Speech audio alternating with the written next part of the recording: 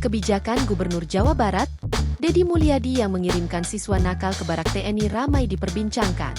Dalam kebijakan itu, Deddy mengimbau agar anak-anak yang kurang disiplin, tidak patuh pada orang tua dikirim ke barak militer.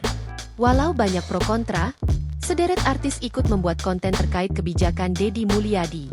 Beberapa artis itu seperti Ivan Gunawan yang melaporkan Ayu Ting Ting, serta Rafatthar yang melaporkan Nagita Slavina. Bak senasib dengan Nagita Slavina dan Ayu Ting Ting, baru-baru ini Putri Atta Halilintar, Amena juga dilaporkan ke Deddy Mulyadi.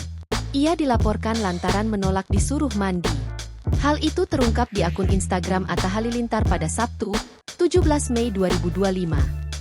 Di unggahan itu, Atta mengunggah video singkat. Di video itu, Atta tampak menyuruh anaknya, Amena, untuk mandi. Awalnya, Amena menolak dengan tegas. Namun, Atta tiba mengadukan tingkah putrinya ke Deddy Mulyadi lantaran susah disuruh mandi. Siapa sangka, Amena langsung merasa takut dan menuruti permintaan sang ayah.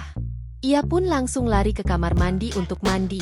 Cucu Krisdayanti itu juga memegang erat ayahnya seolah takut didatangi Deddy Mulyadi. "Kang Deddy, ini ada yang gak mau mandi, Kang Deddy," kata Atta Halilintar sambil merekam Amena yang sedang duduk santai di kasurnya.